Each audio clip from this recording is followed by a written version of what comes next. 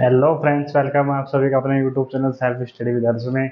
I hope आप सभी अच्छे होंगे, स्वस्थ होंगे और बेहतरीन तरीके से 100% तरीके से डेडिकेट होकर अपनी स्टडी कर रहे होंगे, जिसके कि अंदर हमने 21 डे स्टडी आर्ट चैलेंज चलाया हुआ है, जिसका कि आज डे 8 है। मैंने आपको डे 8 के लिए कल टारगेट दिया था। आई होप आप सभी टारगेट को पहले नोट करते होंगे, फिर उसको अचीव करने के लिए आपने स्लॉट वाइज स्टडी के प्लान बनाए होंगे, जिसके अंदर मैंने आपको 9R फॉर्मूला भी बताया था। मैं आपके लिए यहाँ लेके आ चुका हूँ। जैसे कि मैंने 21 डे स्टडी हार्ड चैलेंज के अंदर आपका पॉलिटी एक सब्जेक्ट है, उसके अंदर मैंने आपको आर्टिकल्स यानी 5 मिनट 100 मैंने आर्टिकल्स के लिए चलाया है, जिसके के अंदर मैंने पार्ट 3 आपका मौलिक अधिकार है, उसका आज मैंने किया आपको आर्टिकल 32 कराना है। मैंने कल आपको डे 8 के अंदर आपको आर्टिकल पार्ट 4 सॉरी, जो कि डीपीएसपी यानी कि राज्य के निर्णय नहीं से सकता, तो वह आपको कमेंट बॉक्स में कमेंट करना है कि वो कहाँ से लिए गए हैं और उसके अंदर किस आर्टिकल से किस आर्टिकल के अंदर किस आर्टिकल से किस आर्टिकल उसके अंदर यानी डीपीएसटी के अंदर आते हैं। फ्रेंड्स, यहाँ ज़्यादा बातें न करते हुए आइए हम चलते हैं अपने टॉपिक की ओर, जो कि हमारा टॉपिक रहने वाला है, जिसका कि हमारा क्या है, फंडामेंटल राइट्स। जिसके अंदर आज हम मोस्ट इंपॉर्टेंट आर्टिकल की बात करने वाले हैं, जो कि आर्टिकल है हमारा 32, यानी कि संवैधानिक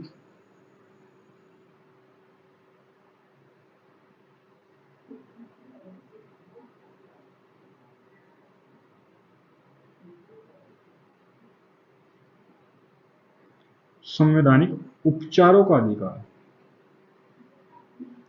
फ्रेंड्स, इस आर्टिकल की इतनी इंपॉर्टेंस है, अगर हम इसको जितना अच्छे तरीके से पढ़ें शायद उतना ही कम होगा। अगर आपने इसको कहीं ना कहीं से, जो एक बिगिनर स्टूडेंट है उसने इसे अपने सिलेबस से कंप्लीट किया होगा, जिस भी फैकल्टी कोचिंग सेंटर का आपने कोर्स लिया है या अपने आसपास आप कोचिंग सेंटर से कोचिंग करते हैं या ऑफलाइन कोचिंग करते हैं, आई होप आप सभी ने आर्टिकल 32 की अच्छी तरह से रीड किया होगा। मैंने बोला था कि आपको थोड़ा बहुत कहीं से पढ़ के आना है। अगर आपने आर्टिकल 32 रीड किया हो, वैसे तो मैंने आपको आर्टिकल 32 बता दिया है, यानी कि संवैधानिक क्या है, आपका उपचारों का अधिकार है, यानी कि राइट टू कॉन्स्टिट्यूशनल रेमेडीज। ठीक है फ्रेंड्स, अगर हम इसकी बात करें, इसके अंदर हमारा क्या क्या दिए गए हैं, यानी कि अगर हम इसकी बात करें, इसके अंदर जो हमारा दिया गया है, जो हमारा इसके अंदर बताया गया, यानी फंडामेंटल राइट्स, और एक इसके अंदर हमारी दूसरी बात की गई है फंडामेंटल राइट्स के ऊपर। अगर मैं इसकी बात करूं, क्या हमारे फंडामेंटल राइट्स वाद योग्य, परिवर्तनीय और बाध्यकारी हैं? आप इसका यस या नो में कमेंट बॉक्स में उत्तर देंगे। फिर आपको बताना है, जब हमारा क्या बोलते हैं मौलिक अधिकार का, यानी कि क्या होता है, शोषण होता है, तो हम इसके द्वारा आर्टिकल यानी कि हम एक रीट जारी करते हैं। हम सुप्रीम कोर्ट में वहां किस आर्टिकल के द्वारा जा सकते हैं, हाई कोर्ट में हम किस आर्टिकल के द्वारा जा सकते हैं, यह आपको कमेंट बॉक्स में कमेंट करना है। ठीक है फ्रेंड्स, अगर मैं यहाँ देखूं, अगर हमें फंडामेंटल राइट्स पे क्या मैंने सबसे पहले आपसे वो प्रश्न किया था कि हमारे जो फंडामेंटल राइट्स है क्या वो वाद योग्य हैं, परिवर्तनीय हैं, क्या बाध्यकारी हैं? आपको कमेंट बॉक्स में यस या नो करके उत्तर देना था। आई होप आप सभी से मैंने प्रश्न किया था क्या हमारे जो फंडामेंटल राइट्स हैं वो वाद योग्य हैं, वाद योग्य, अम, बाध्यकारी और परिवर्तनीय परिवर्तनीय हैं, और क्या हमारे मौलिक अधिकार, यानी कि अगर हमारे मौलिक अधिकार के शोषण का हनन होता है, यानी कि हमसे कोई क्या बोलता है रोकने के लिए किया जाता है।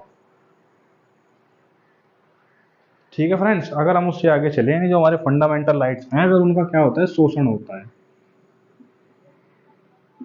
अगर उनका शोषण होता है तो हम एक रीट जारी करते हैं, यानी कि रीट जारी करते हैं हम। कितने प्रकार की वो रीट होती है, आपको ये भी कमेंट बॉक्स में उत्तर करना है, क्योंकि मैंने आपको बोला था यह आर्टिकल आपको कहीं ना कहीं से रीड करके आना है, जब भी अच्छी तरीके से समझ में आएगा। फ्रेंड्स, आप सभी बताएंगे कि इसके अंदर 5 तरीके की रीट जारी होती है।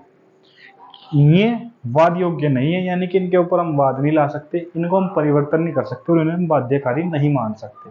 ठीक है फ्रेंड्स, अब हम इसके अंदर 5 तरीके की रीट जारी करती है। अब हम 5 तरीके की वो रीट देखते हैं, कौन कौन सी है। 1, 2, 3, 4, 5।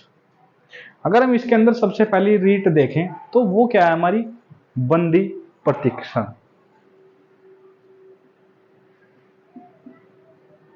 बंदी क्या है हमारा? प्रतिकरण, प्रतिक्षण।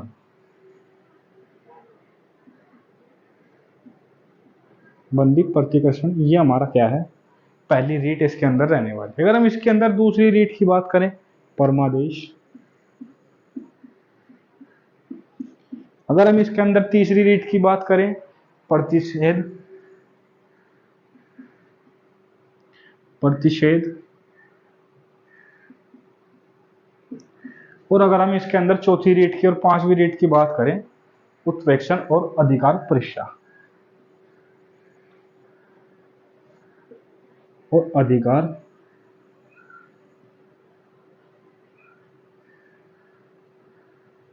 ये आपकी पांच तरीके से रीट क्या होती है, जारी होती है इसके अंदर। अगर हम इसकी बात करें, अगर हम इसकी ही बात करें, यानी जो ये रीट है, अगर हमारा क्या होता है, शोषण होता है, यानी कि हमारा क्या होता है, हमारे फंडामेंटल राइट्स का शोषण होता है, तो हम high court and supreme court किस किस आर्टिकल के द्वारा जाके क्या लगा सकते हैं, गुहार लगा सकते हैं। ठीक है फ्रेंड्स, कि हमारा क्या हो रहा है, हमारे मौलिक अधिकार का क्या हो रहा है, हमसे शोषण हो रहा है। जो हमारे मौलिक अधिकार है उनका क्या हो रहा है, शोषण हो रहा है। वो हमारा शोषण कर रहे हैं कि आपको ये अधिकार नहीं दिया जाएगा, यानी कि हम समाज के अंदर हमें हमारा अधिकार नहीं दिया जा रहा है, उसका क्या हो रहा है, शोषण हो रहा है। तो आप आर्टिकल किसके द्वारा जाएंगे, कहाँ? Supreme court.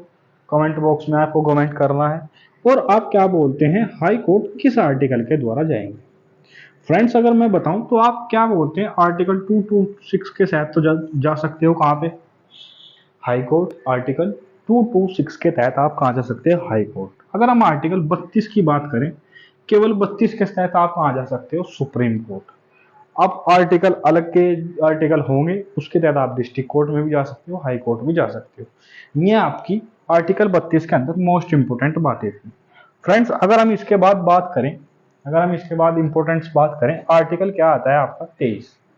आर्टिकल आपका आता है, आर्टिकल आपका क्या आता है, 32 हो गया, आर्टिकल आता है 33। अगर आप सभी ने नोट किया होगा, यस कीजिए, ओके कीजिए।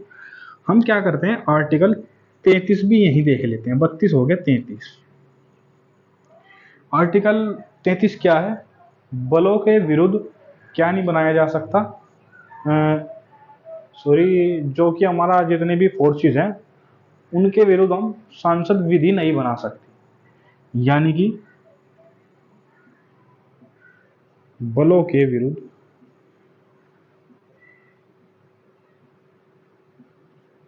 सांसद विधि नहीं बना सकती, बना सकते। यानी कि आपका जो आर्टिकल क्या बोलते हैं, आपके जो फंडामेंटल राइट्स हैं, आर्टिकल 34 क्या कहता है कि वो बलों के विरुद्ध इसके ऊपर क्या नहीं बना सकते, यानी जितने भी हमारे क्या हो गए, पैरामिलिट्री फोर्सेस हो गए, यानी जैसे सीआईएसएफ, स्टेट पुलिस हो गई इसके अंदर ही, बीएसएफ, बहुत सी यानी जितने भी पैरामिलिट्रीज है, जैसे कि आपका इंडियन आर्मी,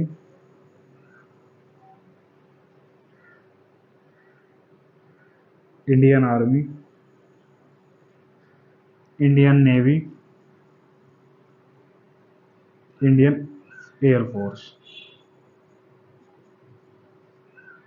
यानी सांसद इनके विरुद्ध क्या नहीं बना सकती, सॉरी, बलों के विरुद्ध सांसद विधि नहीं बना सकती। विधि का मतलब है कि फंडामेंटल राइट्स इनके ऊपर, इनके कुछ अलग से भी अधिकार हैं, उनको भी नहीं रोक सकती सांसद।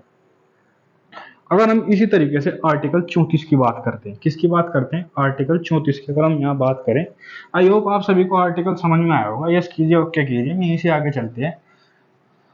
ठीक है फ्रेंड्स, आपको कमेंट बॉक्स में कमेंट करना है कि आर्टिकल 24 क्या था और आर्टिकल 21 का है किसके द्वारा जोड़ा गया था। अगर हम यहाँ आर्टिकल 34 की बात करें, आर्टिकल 34 की अगर हम यहाँ बात करें, तो आर्टिकल 34 क्या है, सेना लॉ, यानी कि क्या बोलते हैं, सेना लॉ है, यानी कि सेना,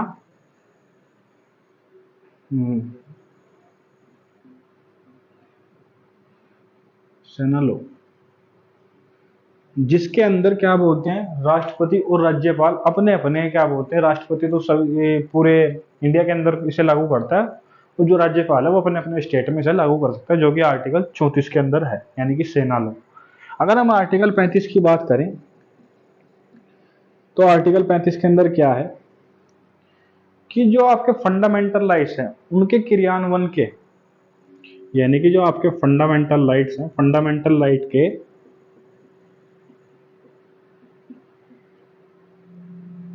क्रियान्वयन के द्वारा संसद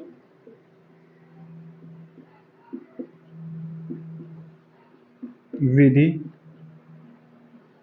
नहीं बना सकती।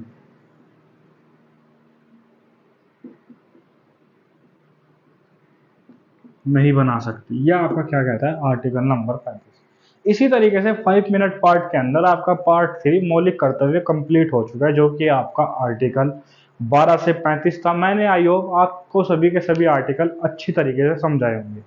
आप इसका रिजल्ट यानी कि इसका रेस्पॉन्स कमेंट बॉक्स के माध्यम से दे सकते हैं कि आपको यह आर्टिकल्स अच्छी तरीके से समझ में आए। अगर आपको सभी के सभी आर्टिकल्स समझ में आए हो तो यस कीजिए, ओके कीजिए।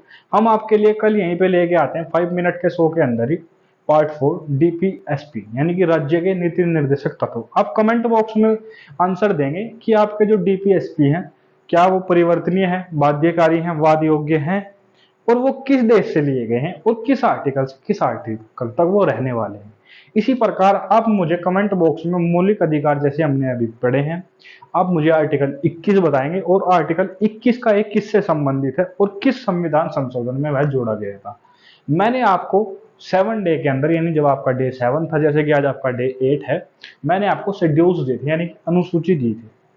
उसके अंदर आपको बताना है कि जो हमारी 12वीं अनुसूची है वह किससे संबंधित है और किस संविधान संशोधन के द्वारा जोड़ी गई थी।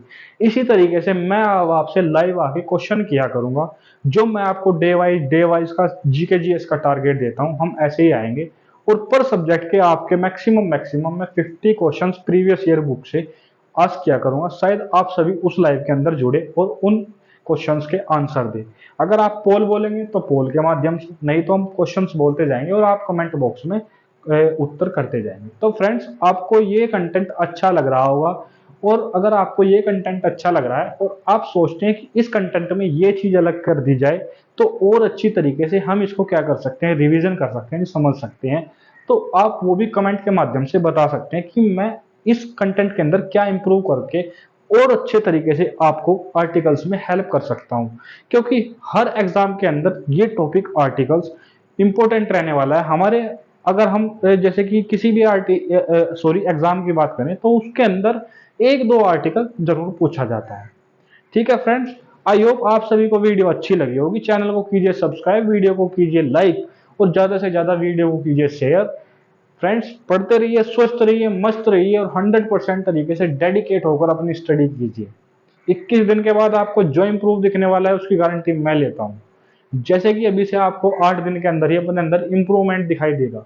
आपके पास अगर डेली टारगेट होगा तो आपको उसको अचीव करने की भी एक अच्छी आदत होगी, ना कि इधर उधर अपना टाइम वेस्ट करने की आदत होगी। जैसे कि आज का जो टाइम है, जो कि आज का यूथ है, वो अपना टाइम ज्यादातर क्या दे रहा है, यूट्यूब को, इंस्टाग्राम के अंदर रील स्क्रॉल करता है, जो कि एक सबसे हानिकारक बोल सकते हैं हमारे लिए पदार्थ, हम जिसको बोल सकते हैं।